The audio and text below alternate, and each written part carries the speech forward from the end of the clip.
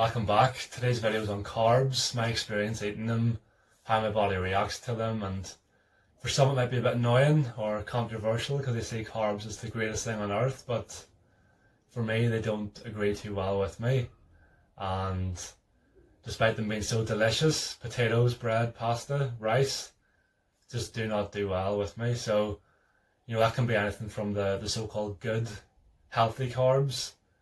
People think of fruit, sweet potatoes, brown rice, brown pasta, or it can be, chocolate, just pure sugar, crisps. They both seem to affect me the same way, and there's four kind of main ways where I do struggle with them. And number one being concentration.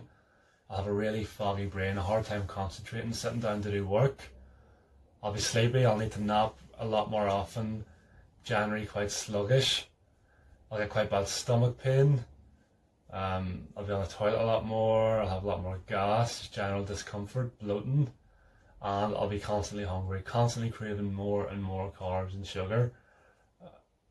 It's just a food group that doesn't agree with me, and didn't notice until I started reading into it. And one of the main books I've read in it is Dr. Eric Berg's book on nutrition, which I'll link to. It's really good, straight to the point book, quite short as well, but just get straight into the science behind it. Very interesting read.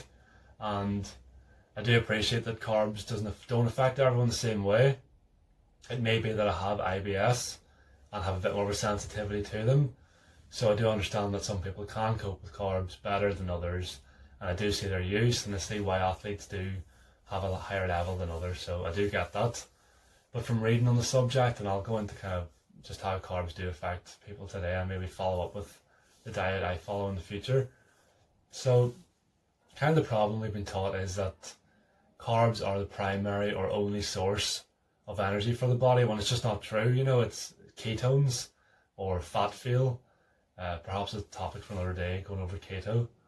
But just so you know, the body kind of stores about 70,000 calories worth of stored energy or fat, compared with 1,700 calories of sugar at a time.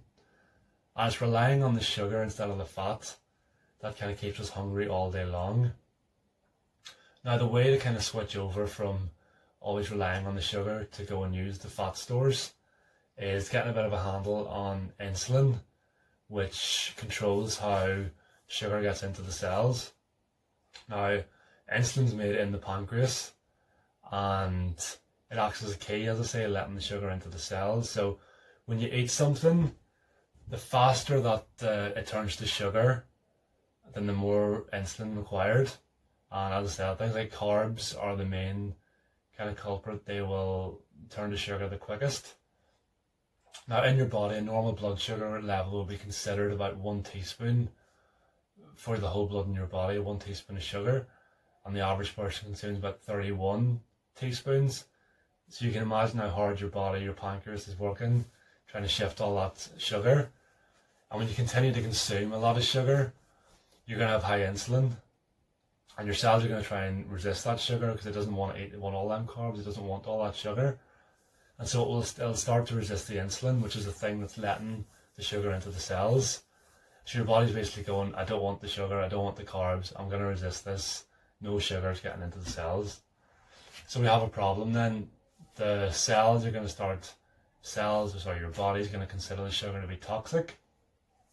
So your cells aren't going to get the glucose fuel, they're going to be lacking fuel. And so they're just going to stay hungry, and then you're going to stay hungry all day long. And what happens then is your pancreas is going to start working overtime, 5 to 7 times harder, trying to produce more and more insulin, just so your cells can get the fuel.